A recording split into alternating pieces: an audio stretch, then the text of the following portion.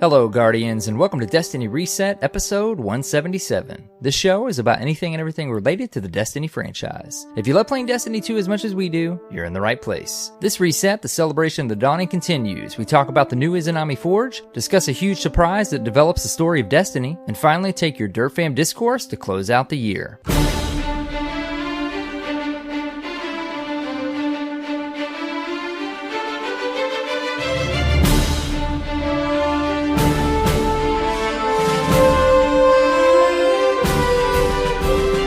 Hello, Guardians, and welcome. It's AER0KNIGHT, and of course, CyborgSasquatch. How you doing, my friend? Hello.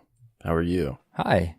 I'm good, thanks. How are you doing? I almost feel like we should share our story.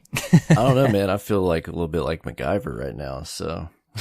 Yeah, we, guys, we already recorded about 5 minutes, but Cyborg lost power, so those audio files were gone. And now, Cyborg, tell them, what are you, in the dark on a tablet? Yeah, so I have a new Surface Pro tablet it's basically like a laptop, you know, but it's a tablet. And so I hooked up a Blue Nano that Blue had given us to review to my tablet that was luckily fully charged, and it has an LTE connection. So, like, I got a lantern and we're good to go. Guardians, it's the last show of 2018, and we are gonna get this thing out for you by firelight, you know. Yes. I was like, stuff. We were like ready to go, man. I wasn't about to give up that easy. It's awesome stuff, dude. Yeah. We'll make it happen. We will. We will. So let's talk about what we talked about already. Yes, let's do it. Happy dawning. Yes, happy dawning, Cyborg. I remember we talked about that. we're baking things. I think I said that I'm not sure if I'm gonna bake so many things that I can upgrade my Dawning Sparrow fully, but we'll get into that and reset. Yeah. Yeah, that's a lot of cookies. But a couple announcements. First off being, this will be your last Derpisode for 2018 because we are taking a week off next week for the holidays. I guess by the time this releases, that for you, this would be this week, the week of the 24th. Yes. Anyone new to Derp, Cyborg and I usually take off the week after Christmas. Yeah. But it's just, don't worry. It'll seem 1 week. It'll seem like 2 resets, but it's really just one reset. We'll be, our next episode will be live, back and ready to go on January 7th of 2019. That's right. So there you go. We'll be back and recharged and certainly be playing some Destiny in between. So don't worry about that. Oh yeah. Yep. But just like Bungie, we take some time off in the holidays to spend time with the family and recharge, take a little more time offline, you know? Yeah. Well, sir. In the meantime, the spirit of the season will live on because we're going to do a couple of giveaways this week for you. Oh, yeah. Hype. 2 totally different giveaways in 2 different places, but the same amount of awesome loot. That's right. You'll be able to win, if you do win, a $50 Amazon gift card, as well as your choice of a Blue Microphones item. What do they get to choose from? Guardians, a Blue Yeti, or a Blue Yeti Nano, Blue Lolas, or a Compass mic boom arm will be your options if you are the lucky Guardian, 2 of you that win these giveaways. Yep, so we'll have one going on Twitter and another only in our Discord, if you're a member. So if you want to enter on Twitter, we'll have a tweet up on the 24th, Christmas Eve, when this goes live, that you can make sure to follow us and retweet that, and you'll be entered. And then in the Discord, make sure you're a member of our Discord. Discord.gg/Destiny Reset is how you can join. If not, we'll post something in the announcements, and as usual, you just put a little reaction to that post to enter. Please. Yes. Just one reaction, please. Yes, and you can enter. You can enter into both if you're in both places. That's okay. Yes. So 2 chances to win. And those will be live, I believe, until midnight of the 30th. And then the 31st, New Year's Eve, we will choose a winner. We will send you that Amazon gift card and send over your choice of blue item over to Blue Microphone headquarters, where they will ship it directly to you anywhere in the world. So there is no restrictions. If you're one of our international listeners, you are definitely eligible for this. Yes. And we got to give a shout out to one of these $50 gift cards is actually coming from DerpFam member Egginator. He sent us some funds not too long ago and said he wanted part of it to go to back to the community that he loves so much. So shout out to Egginator. Thank you so much for giving back to the Derp fam. Share the love. Yep. That's what it's all about. So many generous guardians in the Derp fam. Yes, there are. Well, that's all the announcements. How about we kick the show off with some news? Let's do it, man. There's always something to talk about in Destiny these days, right? Oh, yeah. Absolutely. So this week at Bungie, we lit the third forge. The Izanami Forge has been discovered in the wreckage of the Exodus Black. Have you been able to check this forge out yet, man? No, dude. I was going to get into that and reset. I'm lagging a little bit on my forge entries. I've been still doing other things. Get into these forges. Yeah, well, I'm sure we'll talk about it somewhere in this episode. But yeah, like I'm slowly like picking away at the quest requirements, but like I've still been doing other stuff.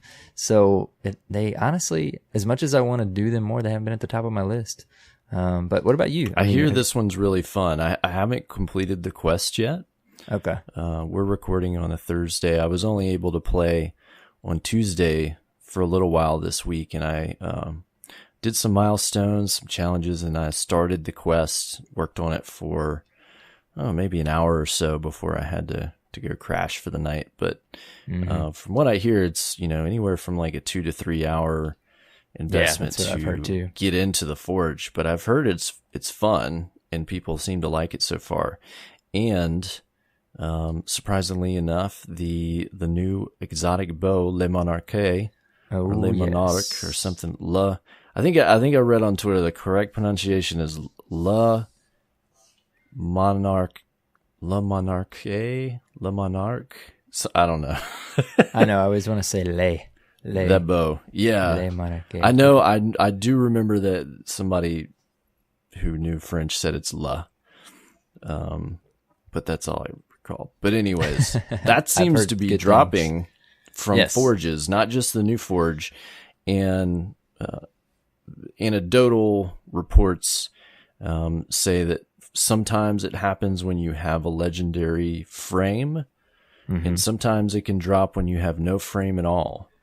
So it seems to be just a random drop, and so good luck. I've also heard that it's not.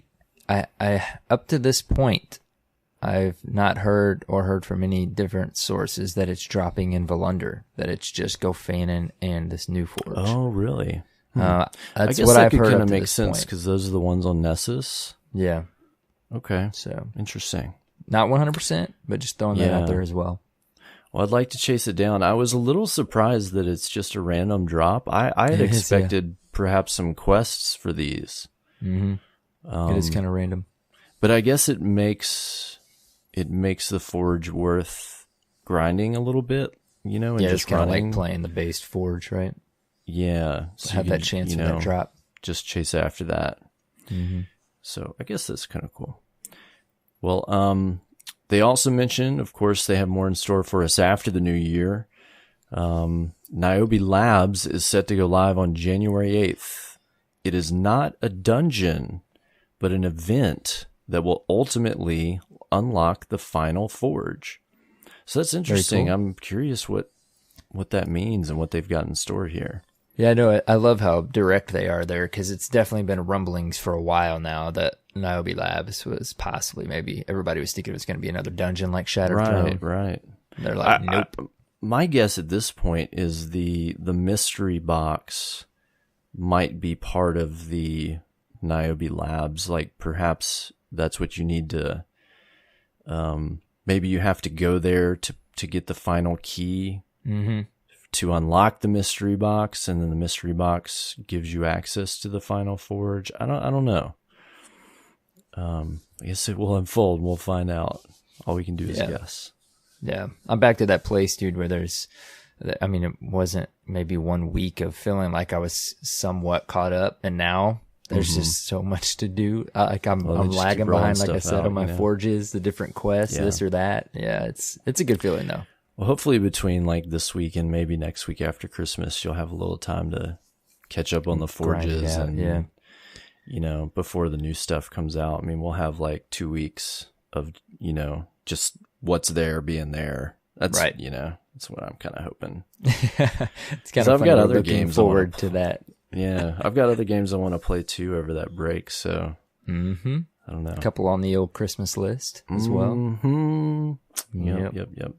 Well, next up, they show off the winner of the Bungie greeting card contest they had up. They offered, I guess, a month or so ago. They asked the community to submit designs for the Bungie holiday card for 2018, and I'd almost forgot about this, but then I saw someone post their card, and I thought, well, that looks really cool. But now that I can see the final design, it's really nice looking, and I love the cleverness of the wording of the copy on the card. I don't know if the artist did that or if they added that, but it's Dreaming City related, and it says, "May all your dreams and wishes for the holiday come true."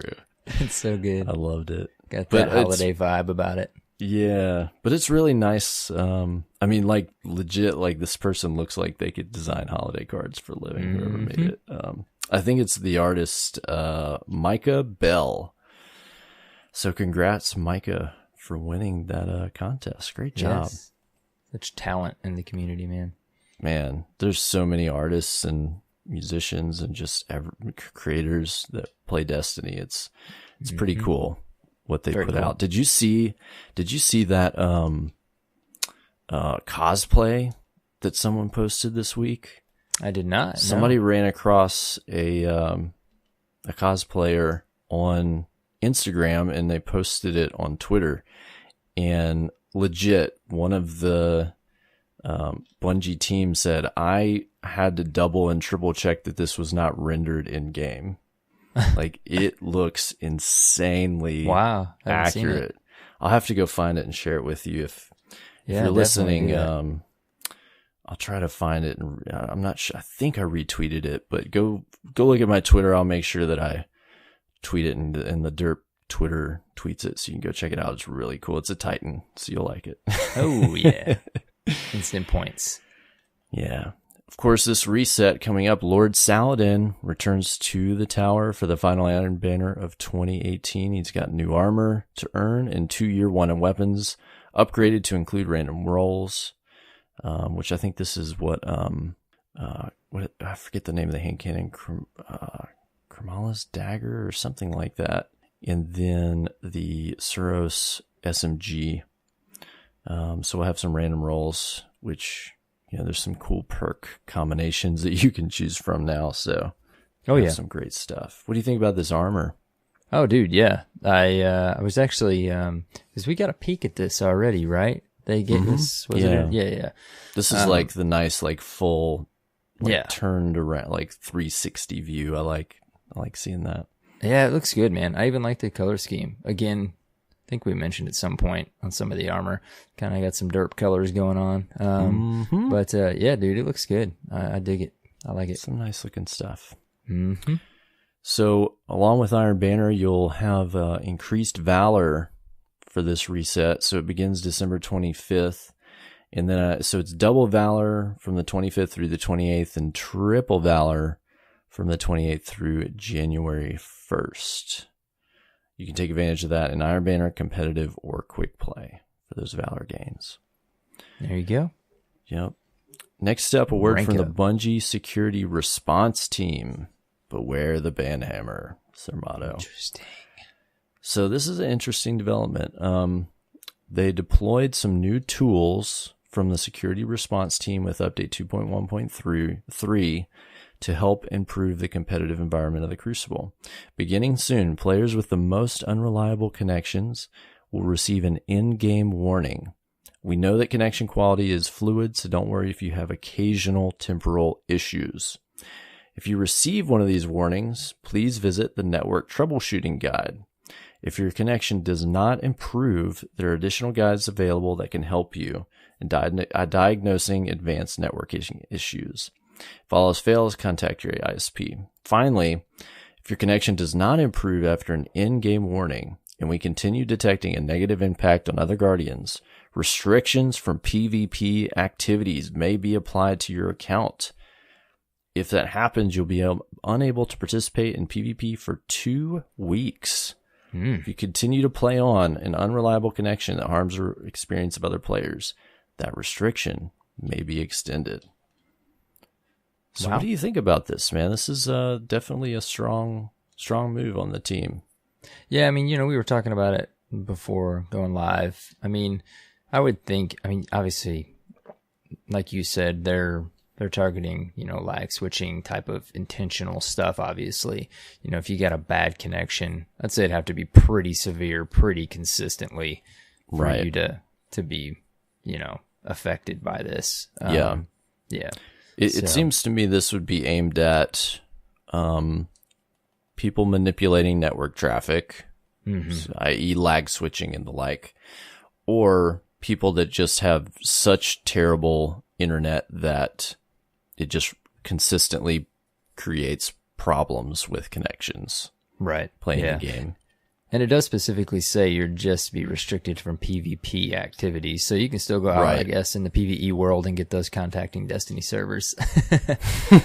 I do feel for those Guardians, though, that can't get high-speed internet, and they just want to play the game. Yeah, I mean, I definitely understand, but it's also just one of those things like in today's world, to participate in games like this, you just have to have a reliable connection. At this point, I mean, you can play Destiny with an LTE connection. Yeah, dude. I mean, you can pull it off. I've had my Wi-Fi just doing some wonky stuff at different times where I need to reboot it, and I'm like 500 kilobytes down, and Destiny's still functioning properly.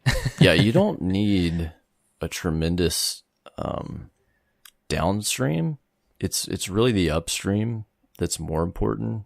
And from what I've read, you really only need like between 1 and 2 megabits consistently to play a game like this. So, it's just got to be a consistent connection. It's got to be reliable.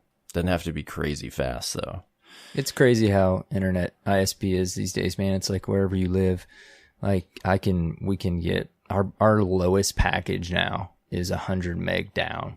And it's like you either can get crazy fast cable internet like that, or you can't get it at all. Yeah, it's getting better. It's definitely getting better. I was reading recently, actually, there was a person doing an AMA on Reddit, and they were talking about, they said, ask me anything. I open my own ISP, and they live in like a rural mountainous region, and they basically opened up their own ISP with a fiber connection to a major ISP, and then they set up like super high speed wireless radios cabled in different areas, and basically like offered up to a gig down in competition with whatever the local ISP was that was basically offering like 10-1 or something. Like it was like terrible. It was really fascinating, that people can do that and those capabilities exist, but it shows like how underserved a lot of areas still can be, especially if you live in rural areas. Oh yeah. Yep. Yeah. I lived, this had to be 10 years ago, but sometime after college, like I moved in with a friend, and we lived in the back of his parents' property, and it was kind of in the country a little bit, and they had no ISP had brought cable down their road. And so I had I literally had like a 3G internet connection that was hooked up to like an antenna and that's what I used for like a year. That's how it is where I live. Is our like cable internet service will be down one road, but they didn't cross the road. So like literally, I mean, it's got to happen at some point, I guess, but across the street, like they won't be offered the service. Yeah, it can just be expensive sometimes, and they don't always want to invest into doing that, you know? Yeah, and they periodically evaluate it and determine whether they need to, expand or not. Yeah. Or they'll be like, yeah, we can do it, but it'll cost $10,000. Yeah, to get it over to you. To get it over to you, you know? Come on. You get that money. Well, hopefully this doesn't affect a ton of you. Can't imagine. Surely if you're playing and you've been playing, you'll be okay. Yeah. If you're listening, keep us updated. Let us know if you see these warnings come up and kind of like what your connection's like, and definitely let us know, if you end up getting a temporary, like, I'm just interested to see like who's affected. We can't do anything about it, but I'm just, I would like just to see feedback, about how this ends up working out. Hopefully it works to the benefit of the game and the players, and they are really just taking care of problem children. Anyways, moving on to Destiny player support.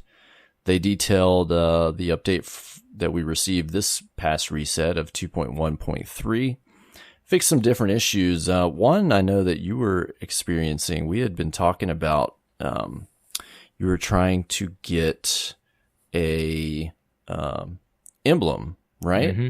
Yeah. And it seems like they made some changes to where you're guaranteed to receive it if you do certain things, although I didn't know it was tied to those activities specifically.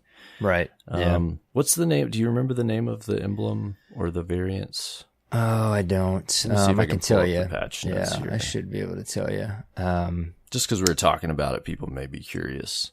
Yeah, it's the one you need for the Wayfarer. It's the Dreaming City destinations. So it says completing and claiming the Dreaming City Triumph Ascendant Paragon will always properly grant the Secret Victories emblem in its Transcendent variant. Right. So that's the emblem, Secret Victories. Yep, and that is the only thing. Nessus came up for the Flashpoint this reset. I needed one adventure for Nessus. I saw that. I was like, I'm pretty sure he needs Nessus, man. Yep, I was pumped. So the only thing I need right now to get Wayfarer is that emblem. So how do you complete that Triumph? Well, I was talking to, actually, shout out and thanks to a guy named Nate. He showed this particular thing to me, and you were obviously in the chain as well. And apparently we talked about this last week. I was making sure that I don't think I had completed all the Ascendant challenges. I think maybe I missed one or two at this point, maybe just one more. So I was like, maybe this is tied to the Ascendant challenges, and once you complete them all, maybe you get a higher drop chance, because everyone's telling me you get this emblem. All their friends have gotten it randomly from the Blind Well. Right. Dude, I've been grinding so much Blind Well, just leveling my other alt subclasses, back on my Titan. So anyways, then come to find out this Triumph is actually for completing the Ascendant Challenge time trials, which I didn't even know was a thing. Yeah, apparently you have to complete all of them. It's roughly, I don't know for sure, but it's like 3-ish minutes or less.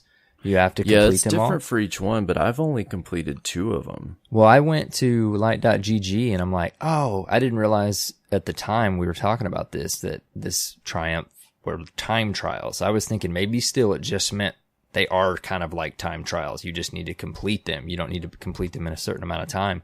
Well, I went to light.gg and it says I'm 0 of 6. And I know I've done at least 4 or 5 of the challenges, actually completing them, and it's not in that amount of time apparently. So yes, I am not any closer to getting it in this guaranteed fashion. So it sounds like, I guess that's the guaranteed way to get it? Yes, that's the guaranteed way, is to do the and otherwise challenges. It's just random. I mean, that means I'm 6 weeks out from guaranteeing myself to getting it, right? Cow, dude. Because there's 6 Ascended challenges in there. Yeah. Is there more than that? No, there's 6. 6. So yeah, I'm 6 weeks out. Man. So yeah, I we're going to talk about just... this in there's some Derpam discourse somebody sent in. Yes. Yeah. We'll talk about this thing. I'm hoping I'm just going to keep grinding blind well. We'll talk about this a little more in reset too. But yeah, that's the spiel on this emblem right now. Okay. I've heard, dude, Guardians have told me their friends have gotten it anywhere from the level 1 to the level 3 to the heroic. So it is totally random. That's crazy. So hopefully, I sent out a tweet tonight actually joking. I was like, I never would have thought my Wayfarer would come down to an emblem at the Dreaming City. I really thought it was going to land on one of those Braytech weapons. Yeah, seriously, man. Nope, it's this emblem. That's okay though. I'll get it eventually. I'm 21 of 22. And you need that for which title? You need that for Wayfarer. Wait, for Wayfarer? Really?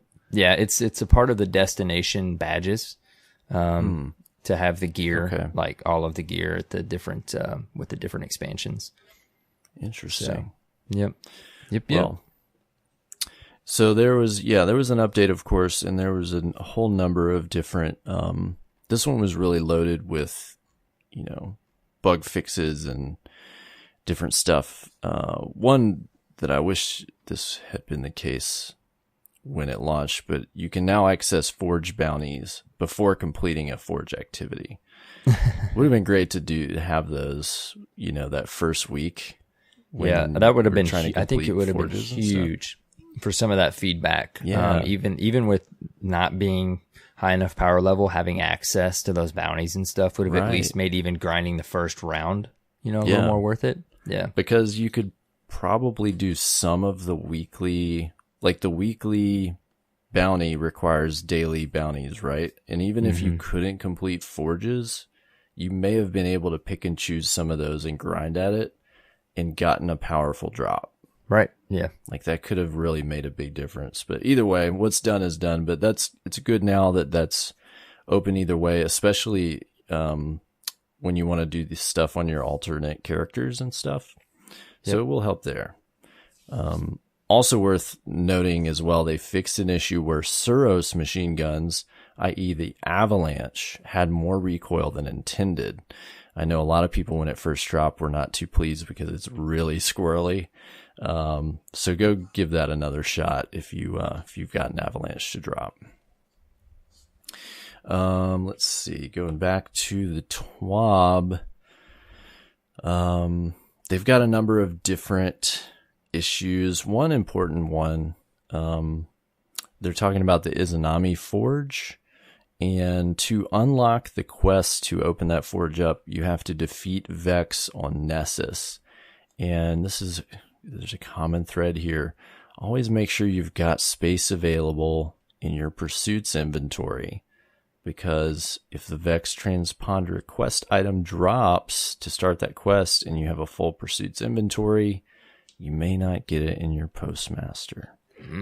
So always just make sure you got a couple slots open and everything, Yes. Seems like a common thread, like the Destiny way. they just have stuff that they put in and then it doesn't get sent to postmaster. Like, is there a box that somebody keeps forgetting to check off? Yeah. On each different thing. Yeah. But there's some known issues that you should check out. As well as, I don't know, there's a whole list, so go check these out for Forsaken and Season of the Forge known issues if you're interested. So I won't read them all to you. Finally, the movies of the week. This first one I saw on Twitter when it went up, I thought it was pretty funny. Titled Gambit Etiquette. I just love the way that she produced it and like calmly delivers it. Yeah, well, what makes it funny is that she's dressed up like kind of like Betty Homemaker, and sitting by a fire drinking tea or coffee and is just talking so sweetly about how terrible blueberries are in Gambit. It was right on the mark for me because I'll get into it in reset, but dude, I have been grinding out some Gambit, having a blast. Nice. Yep, trying to get that breakneck done. Yeah, I've got to spend some really serious time in Gambit this weekend because I'm like 10 matches away from Breakneck. I've got to get that final item from the meatball to drop, and I need 2 more kills of Guardians and their supers invading. I got one last week. I was stoked. To get the title? So close to dredging, man. Like, oh, nice, dude. Very cool. So close. Oh, so yeah. Close. That's awesome. Didn't realize you were that close to it. I mean, I've been that close for weeks and weeks. Like, that's why I want to talk about that again. Like, RNG stuff with these titles, man. It's crazy. But yeah. Back to the movies of the week. There's that. And there's also a montage titled Fireball. It says Don Blade Icarus Dash, How to Troll Gunslingers Fireball montage. So go check that out. It's pretty cool. Finally, Cosmo, who's writing this week, mentions the TWAB's taken a few weeks off. They will still have community managers around. They staggered their time off. But the next weekly update will be January 10th. And then they mention the header image in the TWAB is a mosaic of previous headers from all the TWABs over the years. Elliot Gray has created nearly all these images, and this is his final TWAB as he is moving on to a different role at Bungie. We'd like to thank him for helping make our articles look so good for so long. They finally mentioned it's been a great year. They've updated the game 29 times in 2018. That is a lot, man. That's crazy, dude. Yeah, it kind of had come back up a little bit. It was mainly for PvP, and we kind of talked about that, and they did give us some communication on that a TWAB or two ago. But it seemed like maybe, at least for the PvP Guardians, that updates weren't being delivered like that we had hoped, or they had kind of said they would. But dude, the updates are coming out like crazy on this game right now. I think people are just wanted more sandbox tuning. Right, yeah. Again, I think they're really leaning heavily into that power fantasy right now. And making sure that feeling is back in the game or still in the game. And as far as that goes, updates have been just galore. But yeah, definitely sandbox side as far as leaning on the PvP side. I think they're maybe right now a little bit more gun shy on that. I think we'll see more by end of January, like they said. Maybe start seeing them a little bit more frequently. Yeah. So it's all good though. Yeah. I agree. Guardians, well, also I was going to say, like they said in the TWAB, Bungie team, definitely stagger that time off. You deserve it. Get some time off over the holidays, For right? sure, man. They've worked pretty hard this year. They put out a lot of content. So I think it's well deserved. Definitely. 100%. I appreciate it. Finally, so that's the major news this week. The other biggest piece of news happened in game. Mm-hmm. And if you're not aware of what we're talking about, crawl out from under that rock. I know a lot of people on social media are trying to be a little bit sensitive through the week and like spoiling it too soon if somebody didn't happen to catch it. And then as well, this piece of news was leaked ahead of the Black Armory. So it's not quite big news to everyone. Yeah, I mean, obviously we're going to throw up a little spoiler warning right here. It has to do with the cutscene, like Cyborg said. We talked about it a couple resets ago because Cyborg hadn't watched it and I had. It was on Reddit. But anyways, we're gonna fully talk about it. So it's in the game now. Now it's fair game. Yes. So I if you don't know where it's at, it's when you go visit Marasov, of course, when you do your offering. So if you want to see this, you've got to get a offering to the Oracle by completing blind well activities, and you'll get your offering. Then you go to the what is it called? Not the Spire. Is it the Spire? You know what I'm talking about. You go to the Oracle. Yeah, we got you. Put it in there, and this is full curse week, so you get to go into Mara's place. It's not her throne world. People make that mistake. She's not a throne world, but it's somewhere in unknown space. And there is a little projection of a what would you call that? Like a pavilion. and you get to interact with it, and it kicks off a cutscene, and boy, oh boy, that cutscene. So I'll tell you this, and I think I had texted you about it. I accidentally got spoiled after that episode when we talked about it. And I was reading a comment on something in the Destiny lore subreddit, and I was like, wait, what? And I was like, I asked somebody, I was like, is this the thing? And they're like, yep. So I said, I gotta watch this cutscene. So I had seen it, but good grief. It's well, first of all, it's beautiful. Just the setting and everything. It was really nice looking. Yeah. And then it's kind of teasery, and it's like, we see a ghost, and then we see flying around some sort of body underneath, like under a shroud, something of that nature. Yes. And then, your first thought is like, they did it. They're going to bring back Cade. Right. Yeah. Like, that's like, you just, whether it makes sense in the lore or anything at all, it just like, it kind of crosses your mind. But no. Not at all. Cyborg. I mean, who was it? Uldren Sov. Crazy, been dude. Resurrected by a ghost. And then all the implications that follow that. Like, your brain has to start processing, like, wait a second. Yeah. A ghost just resurrected Uldren? Like, what does this mean? There's a lot of what ifs, and this is the big debate right now. Does he remember anything? Typically the convention is, you don't. When a Guardian wakes up, they're blank slate. Does he have the same personality? We've seen it different ways described in the lore. There's been descriptions of Guardians being almost totally different people, because when related to the people that knew them beforehand. That was a newer piece of lore. And then there's been descriptions that, like Zavala, people have said in lore, he's basically kind of the same dude as he was before. Like, he's a lot similar. So who knows, like, who we're getting really and what he's going to be like. Right. Yeah. And there was I don't know if, just a shout out if you guys don't subscribe to him on YouTube, but there's a channel called Destiny Guides. And this Guardian puts up some pretty fun lore videos too. Just recently found them, but, talked about a lot of this stuff too. And like, one of the big rumblings it's been in for a while is like, could Uldren be our new Hunter Vanguard, right? That's the big one. Yeah. And it's like, because of the Hunter Dare. Right. Yeah. Vanguard and it's like, Dare. There's a couple different layers of things to talk about there too, because one, like, typically if you're a Vanguard, and again, this is some stuff covered in that video as well.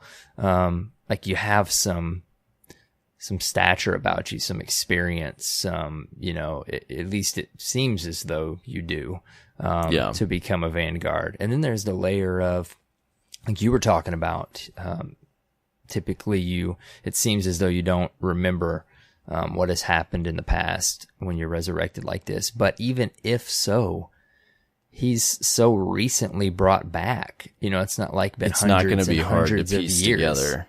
Yeah, for him to kind of piece that together. There's people around that still knew him. Yes. There's events that just transpired. Like, he's definitely going to be on their radar. They're going to find out. And yeah. And that rolls right into the Vanguard thing too, right? Because just a couple months ago, he killed Cade. Whether it was him in his right mind or not, Right. So there's crazy. that. Like, what will, if it, so, you don't know which way this can go for him, because you can be a light bearer and not be a Guardian. Mm-hmm. Just like, the Dredgens. Right. And so it could go that way. He could have his own motives, or he could think, well, okay, you say all these things happen, but I don't remember any of that. And, he could come explore being a Guardian. Who knows? But it's a huge wild card. And I have to give props to Bungie for sure. Like, totally just throwing this wild card into the mix. But I love it so much because I love Uldren as a character. He's so interesting, and he's such a cool dude and like a awesome character design, and has his own interesting motives and things for why he does what he does. And I agree. He would be so cool as like a light bearer or a guardian that I can't wait to see what they do with this character. It's just exciting right now because, again, there's so much speculation of what implications this has. And it's like, I threw up a tweet this week too. We got to give them props, man. Like this whole visiting Mara Sov every 3 weeks for a new little hint at the layer of the story that's still unfolding. Like it's just super cool, dude. A whole nother thing in Destiny that we've never really gotten before. This story is still unfolding. Mm-hmm. Yeah, usually in the past, it's just here's DLC, consume it, and there you go. Get what you want out of it. There's lore there. But now it's like something, and it may stop after this. I don't know. Maybe not. But it's just cool. A cool way they're continuing to deliver that, right? I'm sure the lore community is just like freaking out every full curse week. Well, and how interesting is it to be the writing team over at Bungie and to craft this story where, okay, we're gonna kill like one of the most prolific characters in Destiny. Mm-hmm. First punch right there, right? And we're gonna craft this whole story around it, and then we're gonna bring the Awoken and we're gonna explore that, and we're gonna have all this kind of unfolding and everything's settled and everybody's dealt with that. And then we're going to take this other prolific character and revive them and make them a guardian. And they've just been kind of sitting there like, I'm just imagining like with like kind of just wait. Cheesy grins like, oh, you think that the whole Cade thing was it? Like, oh, you have no idea. I know, and they're like, there was all this talk originally. I mean, everybody was talking about like, you think they're just going to bring Cade back? I mean, that's, this or that. And like, would that cheapen it? This or that? Like, nope, they're not bringing Cade back. No, but we're going to do something even better. Yes. Yeah. It's super cool, man. This is really cool. I love it, man. Exciting. I mean, it's not only exciting times as playing the game right now and doing the things, but it's exciting, like we've mentioned, just because, I mean, we get to see what in the world is going on here. I mean, it's like a movie aspect of the game now, right? There's just this whole plot line, little plot line that's unfolding. What I find interesting as well is how it's kind of tying into the theme of what Destiny 2 has been. And they talked about this before Destiny 2 launch, was that Destiny 2 is about the light. It's about what a guardian is and what makes them a guardian. And this is going to be a really interesting exploration of that idea. Like, why do certain individuals get chosen to be guardians? And you have a really controversial figure like Uldren that has been chosen to become a guardian. Why? Like, what is the plan there, and why did he get chosen, and what makes him eligible? And I've heard some different discussions. We don't have to get super deep into this. Maybe in the future we will turn into a lore podcast just like that. Yeah, and we're gonna we definitely plan to have some lore guys on very soon when we can get them to talk more in depth about this stuff. But I think it's a great scenario and a great character that will help us explore those ideas. Oh yeah, in the game of and where that can go, and that Uldren could be like a really cool redemption story, I think. I mean, that's what I would like to see, and have him come to be like a really loved character because he can like experience a redemption story, and eventually like we'll remember when Uldren Sov was kind of a jerk and then he killed Cade, and yeah, and definitely is possible because I mean he didn't kill Cade in his right mind, right? Right. So right. it's there's definitely that opportunity there of allowing him to still come back as a likable, possibly likable character with redemption, like you said. So. Yeah, and as well, I think it's interesting because the Awoken exist as these beings that like walk in between the darkness and the light. And that was literally how they were created, and they kind of have that fabric within themselves. Like they're made of both darkness and light, like inherently. And so that's why like they can, you know, take these tinctures and go into ascendant realms, or they can have like kind of these crazy, you know, telekinetic powers and can have the techeuns and all this stuff. And so it's interesting for especially Aldrin to become a guardian and be a light bearer, because he may be more like suited or interested in exploring like both sides of that coin, like the darkness and the light and the yin and the yang of that, you know? And a lot of people are kind of talking about, well, you know, Aldrin can be like a catalyst for guardians exploring like what the darkness is more too, you know? And with the Drifter and Joker's Wild and all that coming up, like you've kind of hinted at, it's just they're definitely like setting that up right into it. And the other thing about this too, that I learned this week through other content creators, of course I got my volume 1 of the anthology this week. I was pumped about that. So nice, man. That's like, thanks, so nice. That's reignited like my wanting to dive. I always want to dive into the lore more, but I usually just do it here and there and keep grinding at the game. So I really, really am wanting to just dive head first into some deep lore, like fully now, and continue it, because, you know, learning about even all the way down to that ghost in the cutscene. Apparently, there was some lore that released when Forsaken launched. Who the little ghost is pretty. And then now inferred. Right. And then now the, you know, wording in that entry, some of it, the teases in it make a little more sense, you know, combined with this cutscene, like we've kind of mentioned in other words. But anyways, man, overall, wow, super cool. Yeah, you guys will have to let us know what you think. Definitely. Yeah, what a turn, man. I love it. So exciting. But yeah, so that was a lot. That was one of the biggest pieces of news in the game this week. I thought I would mention as well if you had pre-ordered the Destiny, what is the exact name of it? There was a box set of Music of the Spheres. It was the Music of Destiny Volume 1 Collector's Edition vinyl box set. That's a mouthful. Those shipped out, and I didn't even know that they were going out until it literally like showed up on my doorstep. And I was like, wait, is this from Bungie? Could it be? And I popped it up, and man, this thing. I saw your tweet. Oh my gosh, it is beautiful. Like I was trying to remember how much it was, because I almost ordered it. I can't remember. It's $99. Yeah, it was just $100. That's right. Yeah.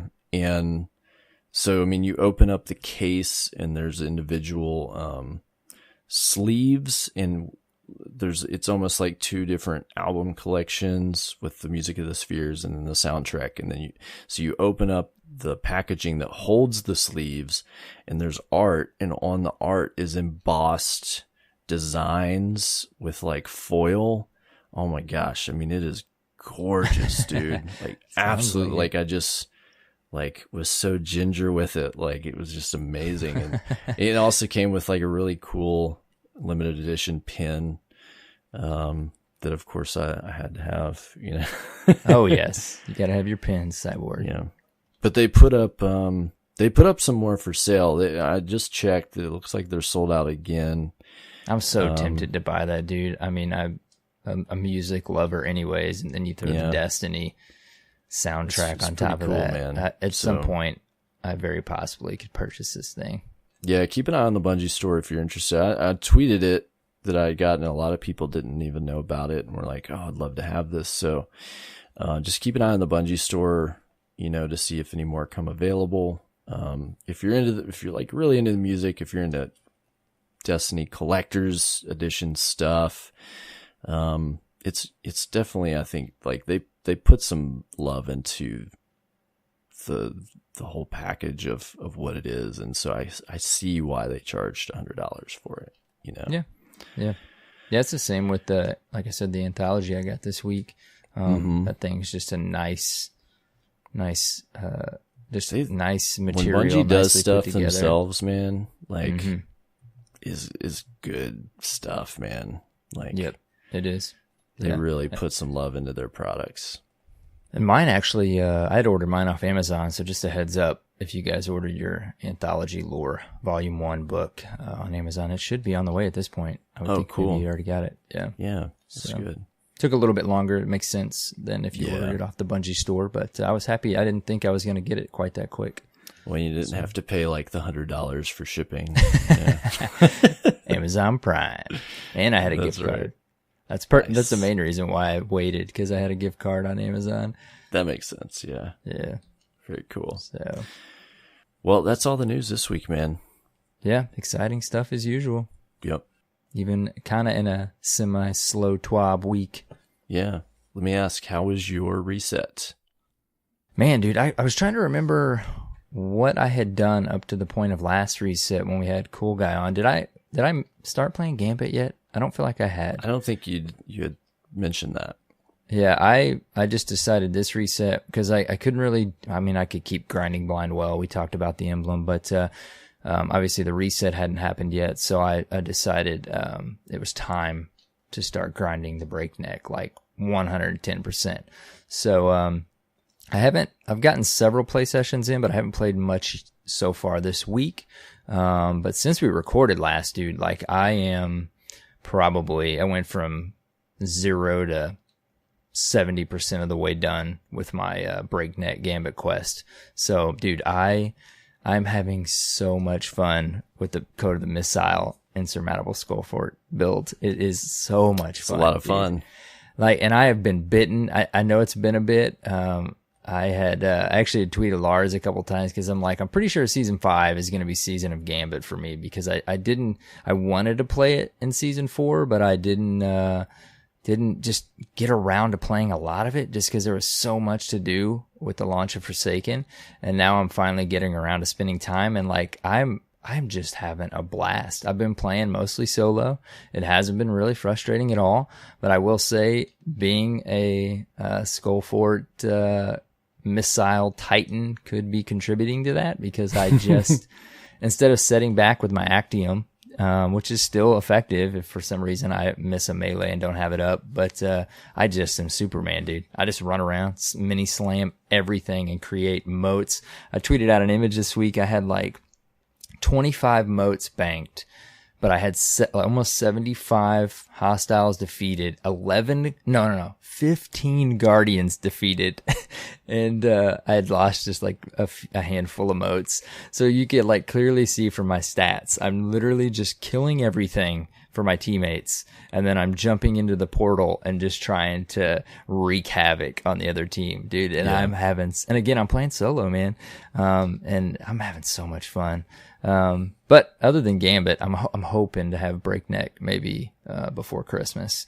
Nice, man. I hear nothing but amazing things. Like everybody who's gotten it said, I don't ever unequip it, dude. And I think I've mentioned it like the last 10 episodes. Auto rifles are almost always in my PvE build. Still using the horror story, still love it, and it's like an amplified version of that gun. Plus, I didn't realize, it has the whole thing about that weapon is it has that increased rate of fire and damage in PvE.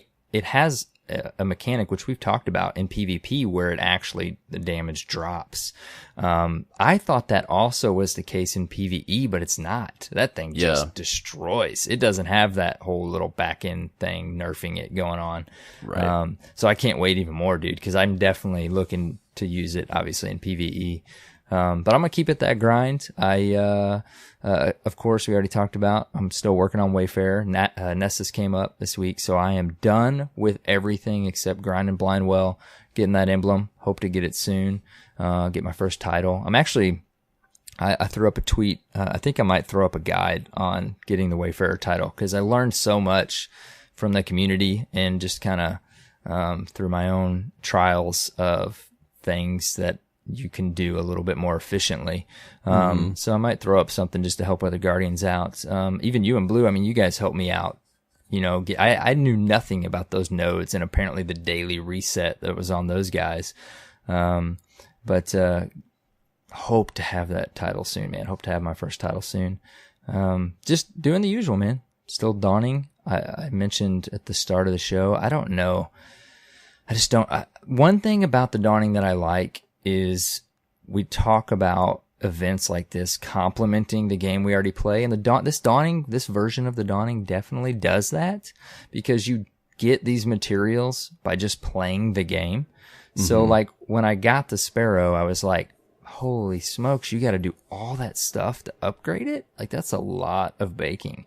Yeah. But then I just went and started playing the game, and I have a ton of materials. I haven't even went to baking again. So like, I'm going to like look at it in the next reset or so and just see how much progress I've made and how much stuff I can bake just doing my normal weekly reset. So I don't know, maybe it's feasible that I might upgrade that Sparrow. Maybe, maybe not.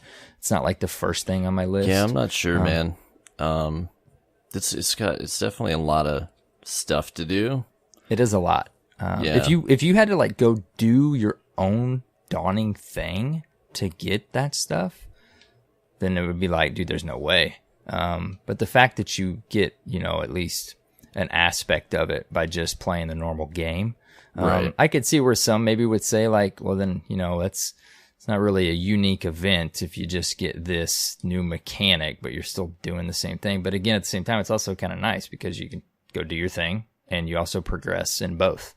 Yeah. But again, I don't know. We'll keep reporting. We'll see if we upgrade that Sparrow. The other thing about it is the cool things on that Sparrow are only active during the Dawning. Like, they really need to change that. So you got to like work your butt off to get it unlocked, and then by the time you unlock it, like, you're not able to use it very long, and then the real bonuses to it are kind of lame. Like, yeah.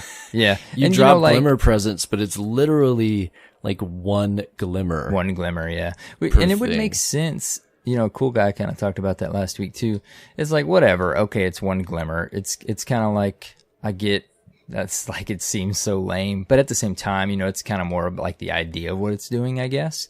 But it's definitely lame if it goes away at the end of the event. Like, I really have a feeling they're going to change that. Like, it really needs to still do its thing if you grinded that thing out. Like, you should always be able to throw that thing on and be like, hey, check out this Sparrow that I grinded out during the Dawning. Hey, you want a couple glimmer? Here you go. Yeah. It just really doesn't make sense that it's going to shut off at the end of the event. I guess you could, maybe it's losing its magical power because the holiday's over and the event's over. Wait till next year. But like you said, a big part of that is it's going to take you the entire event with a normal play, a Guardian that plays in what you would call maybe a mediocre hobbyist level amount of time. It's going to take you the whole event to get it. So I don't know. I anticipate they're going to change that. Maybe we'll see. It's kind of a small thing, but anyways, man, I'll report back, see if I finish that off. Other than that, man, at some point I'm going to get caught up on these forges, dude. Like, I'm at the last step, I think, of the Go Fanon Forge. I haven't even stepped in the Go Fanon Forge. I log on, dude, and I'm like, I have these things I still want to complete, and I just haven't. The forges haven't been top of my list, so it's kind of a nice feeling to know they're sitting there and waiting for me. And those those drops for the weapons when you get the receivers or what have you, the frames, like they drop a pretty powerful increases. Okay, like, cool. That's good to know too. Like what you might get from a new raid. Like, they'll bump you up pretty significantly, as well as the armor will as well. So you're not talking about just a few light power. When they drop, there'll be a significant power drop. So it's kind of like what the Dreaming City used to be for us or something. Very Mm-hmm. cool. Yeah, because of course I got the power grind going on. Yeah, I'm just doing my you'll normal have stuff. like 2 frames that are powerful a week that can drop, and then when you do those 2, Ada drops you a piece of powerful armor. So it's like, it's not once you get them unlocked, it's not a bad grind for some stuff. Plus that'll you're going jump for you the up. rolls too. Yeah. On the different things. Yeah. Well, that's good to know. I'm sitting at like 621 power right now, so that's good to know to get me bumped up a little bit. Yeah, it'll help. It'll help a lot. But that's been what I'm doing, man. Like, that's just the fun, usual Destiny grind for me right now. Just trying to knock out some of those things I was trying to knock out before Season 5 even started. Anyways, what have you been up to, man? Yeah, just between like last reset and this reset. Powering up, doing powerful activities, doing forge stuff. Spent some time in the Scourge of the Past raid. We got to the final boss last reset, and we worked some on that. Nice. We're kind of getting into the hang of how to do damage phases and stuff, and got it sorted out. And we really just kind of got cut short on time again. Like I'm pretty convinced that if we had the time, that we could definitely beat it. But as always, getting 6 people together, especially when a lot of them have kids and work and just different commitments, it's always tricky. So yeah, we haven't yet completed that raid, but we're pretty close, and everybody had pretty much gotten up to the higher deltas and power, or most of everybody. Like 1 or 2 people were still behind, but I know some of the team, I couldn't raid last night, so I gave them a blessing. I was like, go on without me, and they just went through up till the final boss and did some of that again and had a good time. But I think we're gonna try to get some folks together again to try this weekend. But I feel like we'll accomplish it. I'm at 649. I'm one. Wow, dude, nice. One drop away from 650. I just need a powerful drop in my special slot. Wow, dude, yeah, you're definitely getting some powerful stuff, dude. Between like doing the raid and the forges, like you can jump up pretty quick. So even just doing those forges, man, will give you some good stuff. And I'll tell you, like some of those weapons, like the sniper, solid. I really like the machine gun. I've got a couple of those. Those are really good. So I would encourage you. Yeah, I've got my eye on that sniper and the hand cannon, man. There's some cool drops that can drop on them too, man. Yep. So yeah, but I've enjoyed it, but now, like, I powered up pretty fast, I feel like. So now I don't feel as pressured to do all the milestones now. Like I've got there on one character, so now I can probably, like, over the next couple weeks, I'll jump on my hunter and my warlock and kind of power them up a little bit, spend some time on those characters. Which that's always fun to be able to do that. But I've got a bunch to do this week, man. Like I was talking about, I got to grind some Gambit out to try to get some of that stuff done. I've got to get some Shattered Throne runs in to try to get the ship to drop. And then the new forge and the raid. Like, man, I've got some serious time I've got to put in this weekend. Yeah. To get all this stuff done over the break and Christmas on top of that. So we'll see. We'll see. I gotta put the family in real life first, but I still have some high aspirations for this weekend. Yep. You're, most gamers usually got some time, being up a little later than the rest of the crew. Yeah, for sure. I'm sure I'll have some late nights this weekend. Yeah, we're doing a little traveling and stuff, but I will probably bring my PlayStation along just in case that scenario presents itself. Yeah. Man, I just keep thinking about how nice it's going to be when Xbox starts that Play Anywhere service, dude. Oh yeah. Like that is going to be game changing. If they can get it, like, get Bungie on board on that and, like, things function, man, like, oh my gosh, can you imagine just, like, having a little controller and you just Bluetooth it to your phone and boot up Destiny, man? Oh my god. Whole nother world there. Crazy. Yep. Anyways. Very cool stuff. Yep, so I've got, a lot of content I want to chew through over the break, and I want to play some more Red Dead 2, man. I got it one night in. I think maybe it was last weekend. I spent one night playing, and I'm just enjoying that game so much. It's so fun.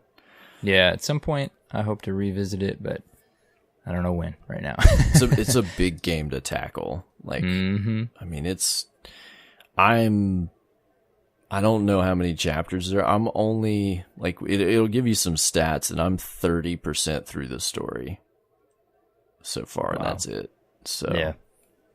And I just bought God of War was $25 on Amazon. I've heard so many amazing things about that game. That's a game that you could reasonably sit down and play in like 20 hours. Play through it. Okay. Yeah. Like that's over a couple weeks. Right now if I want to play something alongside Destiny. Yeah, and it's a game you can just pick up for a couple hours and play like on a kind of a lazy night, Mm-hmm. Yeah. It's fun. Very cool. All right, man. Well, why don't we do some Dirt Fam Discourse before we wrap this up? Yeah, let's do it. We got several this week to finish off the year. Yeah, I know we've got a speak pipe here. Yes. From our buddy Sir B. Leslie. So let's take a listen and see what he has to say. Hey guys, it's Sir B. Leslie here, the Facebook King.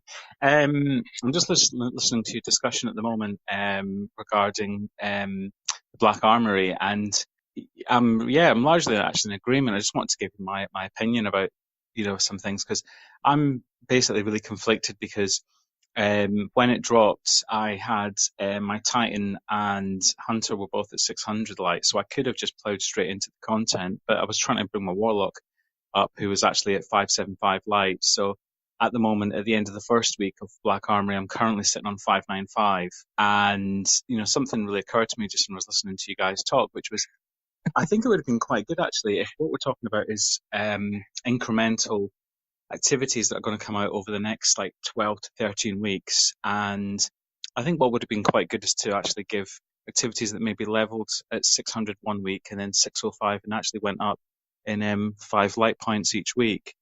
But anyway, keep up the good work and let me know what your thoughts are regarding that. Okay, I'm sure there's a lot more discussion to come with this. Thanks. Cheers. All right, Mr. Sir B. Leslie. I guess it's really Sir B. Leslie. He even calls himself the Facebook King now. I love it. It's his official derp title. So it's an interesting concept here. This speak pipe he sent in a reset or two ago when we were kind of talking about the forges and how that first one was presented. But that's an interesting concept with the idea of activities leveling with us. Mm-hmm. I mean, in a way, they kind of do, because they drop at whatever your character's power level, whatever your character is capable of being, the highest level. But as far as difficulty goes, I see what he's saying. This is kind of feeding off how that first forge was implemented. Could they become more difficult as they open up? That's an interesting idea. I mean, what do you think, Cyborg? I really feel like they had it right back in the Prison of Elders.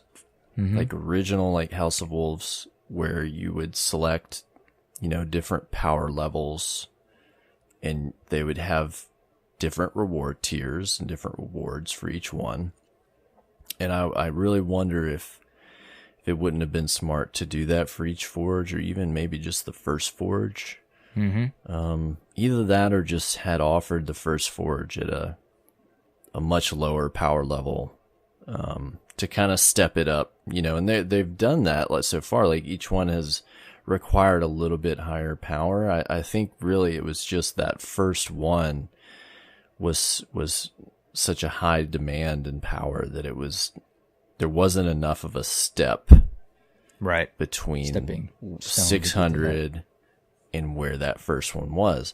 Once you get past that, you can really power up fairly quickly, with a lot of, there's so many offerings for you to power up now.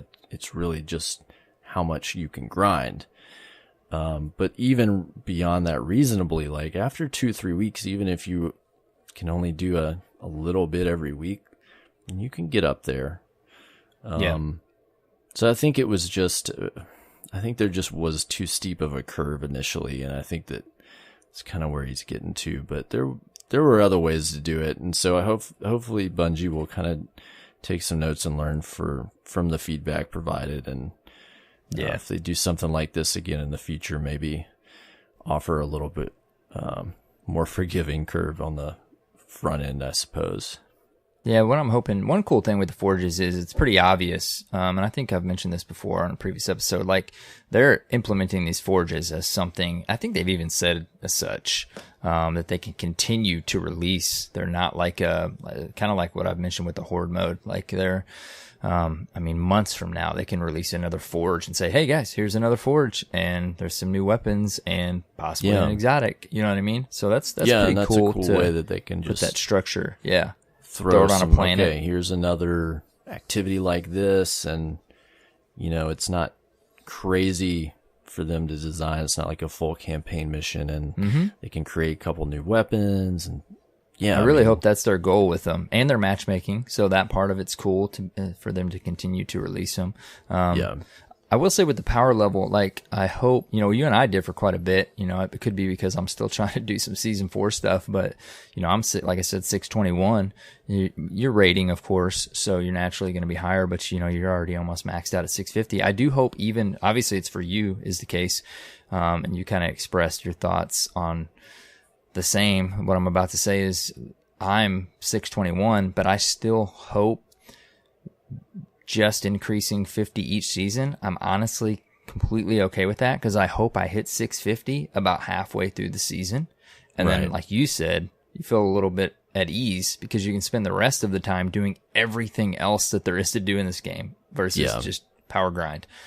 So I do like that aspect as well.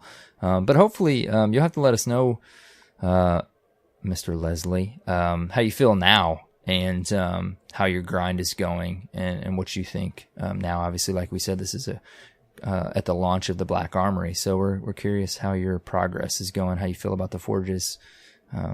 Good speak pipe though. Good thoughts. Yeah. Very cool. Next up, we've got an email from Brian, and he's talking about some of this related and some things we mentioned earlier in the show. His subject reads, "My thoughts on the new DLC," and he writes, "I think the one thing they could have done better was to unlock part of the Forge bounties before completion of the first Forge with at least one powerful engram reward, so players felt like they had some sort of progression going on. Once I hit 615, the first Forge became doable but still super tough due to the enemy type. In my opinion, the second Forge is much easier. Plus, when you matchmake for it, you're matchmaking with people who are at the appropriate levels and not under-leveled due to the story missions leading up to it are 620. I completed the last story mission solo at 614. If you're skilled enough to solo that servitor that teleports you every 10 seconds, you're skilled enough to complete the second Forge with randoms." So I think he brings up some good points, and how we had mentioned earlier over when we were talking in the TWAB, how they opened up those bounties. I think that as well, like this, that's another good way that they could have bridged that gap, like Brian mentions, allowing at least some progress to be made with some of those bounties and powerful rewards that would help you, get to where you needed to be if that's where they wanted to set that first Forge. Yeah, and I think they obviously made that server side change real quick on the power level. That's what they said they could do at that point quickly. They were trying to put something in place by decreasing that power level requirement. I really feel like that particular thing with the bounties and the difficulty of that Forge is something obviously they did play test. But they probably were sitting back after it launched, listening to the community feedback like they do. And they're like, yeah, they're totally right. Like we just kind of we were on a different page of thinking how that was going to feel as the player. I feel like that was just one of those things where like, we totally agree. Like we definitely could have unlocked the bounties and maybe required a little bit less, power requirement on that first Forge. But again, man, overall, like you said, it's happened and we're moving on, and the Forges are fun. We're all increasing our power, and I'm excited to see what they bring over the seasons to come. I really hope we continue to see them, even as maybe at some point new patrol spaces are launched. Like, hey, here's a new Forge over here, guys. Yeah, when you have time. Yeah, they open it up in new zones and different planets and stuff where they can show up. Yep. I like it. Yep. Well, thanks, Brian, for the email. We appreciate it. Thanks for listening. Moving on, we got another email from our buddy Crafty79 with the subject line, RNG in the grind. Hey guys, Crafty79 here. Longtime listener and frequent tweeter. Also, Arrows refer a friend in Destiny 1. I know. Good old Crafty. We did, man. We totally met up and did the old refer a friend in D1. Yep. Cool stuff. Wanted to discuss the level grind and the frustration of RNG. Now, I don't want everything handed to me. That's not fun. But after several hours of grinding milestones and only getting weapons, especially energy weapons, do you think it's time for Bungie to re-implement the smart loot system? doesn't even have to guarantee the drop in the slot I need. We can call it a slightly more intelligent loot system. I work a lot of hours, and when I get on for those grind sessions, it really stinks to not be rewarded for time spent and maybe leave the session only up 1 power level because of bad RNG. Keep up the great work, and see you guys in the Twitterverse. This is a really good point, dude, because I just had this happen last reset. I was trying to power level, did quite a few different powerful engrams, and I got like 3 or 4 heavy weapons. Obviously, my power increase was not as substantial as it could have been. What do we know what the state of the smart loot system is right now? Obviously we know Eververse has a knockout system, but as far as like powerful engrams dropping, is there anything in place right now? I do not think that there is. Nothing. Okay, so it's totally I felt random. that frustration even a little bit myself this week because I had gotten 2 650 items. I think it was like a helmet and maybe it was legs, and I was super stoked about that. I was like, yeah, this is really going to help me. I'd gotten those from the raid, and then I was like low 640s, so I was happy. And then, so I'm doing more challenges at reset, and the first 2 engrams I got to drop from powerful stuff, they were 650, and I go like the gear was the same items as I already had, and I was like, I have like 8 other things this could fit in and would be amazing. And they drop, these were like prime engrams, I think, or whatever. It's very frustrating, Mm-hmm. Yeah. But I hear about that. Like I've seen guys like tweet on Twitter like 11 heavy items in a row, like just crazy stuff. Mm-hmm. Well, and when you're 649 like you are, and you just need an energy weapon, it's RNG at that point. Sure, yeah. But when I can live with that. Yeah. When you're 620, obviously you were experiencing that before you were 649, but now you're 649. Like when I was searching that helm, it's going to take a little bit, hopefully not too long with all the different powerful engram drops and milestones. But, with me being at 621 or wherever Crafty's at, and you're in a similar boat as far as playtime. We work full time, we have family, stuff like that. So when we get on, we try to progress. And when you're, 620, 630 with a max of 650 and you're getting dupe, slotted powerful drops, it does kind of stink. You'd hope maybe they would be able to implement some sort of smart loot system, to at least progress more than 1 or 2 power level. At the same time, I don't know, maybe it's part of the grind. It does stink. It's kind of like not getting speaking of, it's kind of like not getting your 1,000 voices after 20 runs. Have you gotten that yet? No, I have not. It's like kind of part of Destiny. Nothing new I there. figured you'd tell us if you did. Yeah. But I don't know. I mean, it's at times you don't just want to say that's just part of Destiny. But it would be nice for some sort of smart loot to be in play there. I agree, Crafty. Yeah. It's painful at times. Yeah, even if they just brought the thing back where you could choose for certain drops, like for certain vendors, like you could choose armor or weapon, Yeah, that's true. That would be nice. I don't know. But, this is a fine-tuning thing, and hopefully we'll see them work on this stuff over the next year, just different aspects of how the game functions. And, we've seen some improvements. We've seen some improvements to exotics and different stuff like that. So I think they're continuing to listen and think about the player experience. But you've got a great point, Crafty. And I have to mention as well, I believe, pretty sure this is who I met, but we met a couple years ago at Guardian Con. Super nice guy.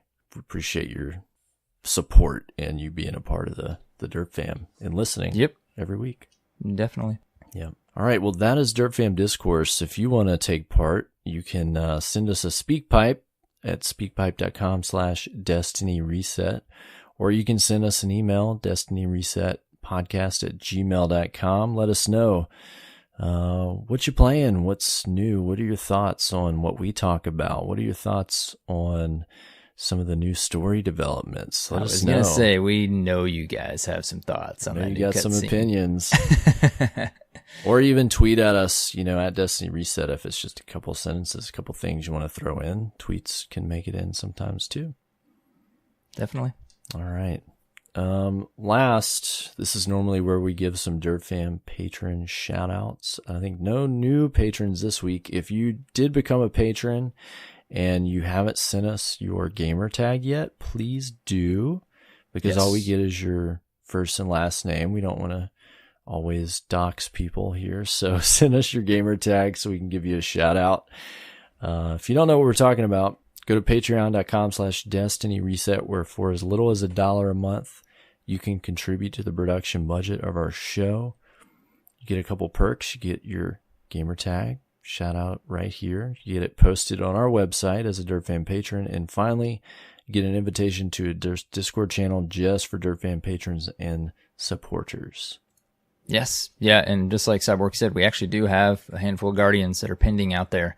We've sent messages to you, so definitely message us back. And also, it seems to be, we've got our Discord linked. And like Cyborg said, you get access to a patrons and supporters channel, but apparently it's not populating through properly.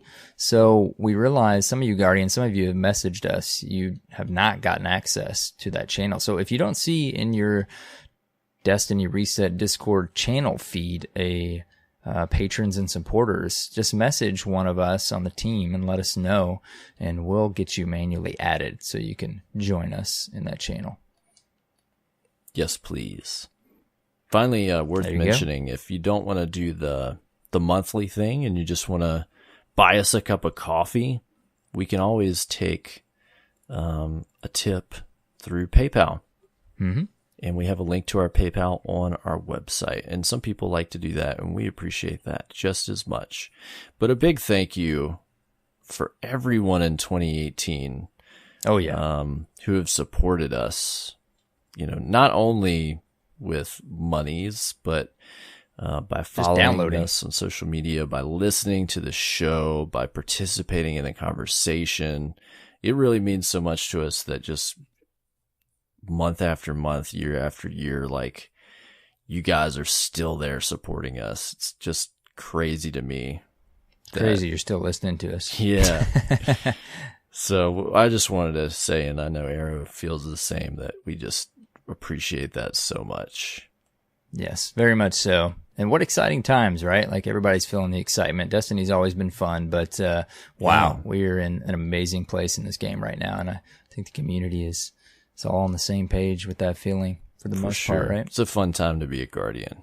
Oh, yeah, definitely. Yep. Definitely. Big thanks to Bungie for Destiny.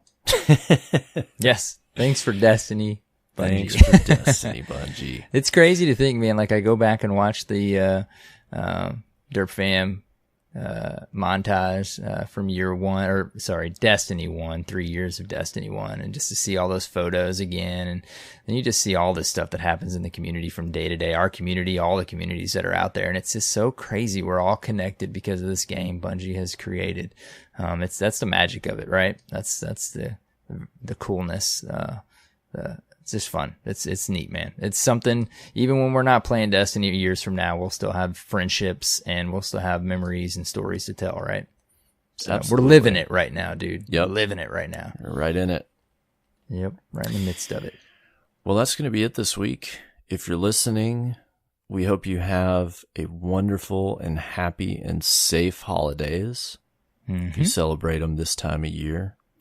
Happy New Year. And, Merry Christmas, Happy New Year, Happy Hanukkah, Merry Kwanzaa, all the things, Festivus, Happy just holidays. Whatever you celebrate. We just wish you joy. Merry Christmas. Yep. All right, man. Where can people find you if they want to follow you? You guys can find me on all the social medias you can think of. Mainly Twitter and YouTube. Have been pretty active on my YouTube channel. Might slow down just a little bit over the next week or two just with the holidays. But you can find me on all those things at AER0KNIGHT with a 0. What about you, man? Awesome. You can find me at CyborgSasquatch on Twitter and Mixer. You can also listen to me over on my other show, Splash Damage Radio, if you want to hear about all things nerdy. Do it, Guardians. Come and take a listen. Bunch of nerds over there. That's right. It's Amazing. Then finally, you can find us at Destiny Reset on Twitter or on the web, DestinyResetPodcast.com, your source for all things DRP, including links to subscribe on your favorite podcast app of choice. Finally, if you're listening on Apple Podcasts, thank you for your review. We appreciate those. We've got a few, actually. Yeah, we had some new ones that you sent to me. Yeah, very nice. I bet this will brighten up your day. I did. I tweeted him just the most recent ones, and I said, hey, man, I hope this adds some more joy to your day. We got to give a shout out, as always. Trojan BB11, I Am Sassy Ninja, and Raced Major 614. Hopefully I said the last one right.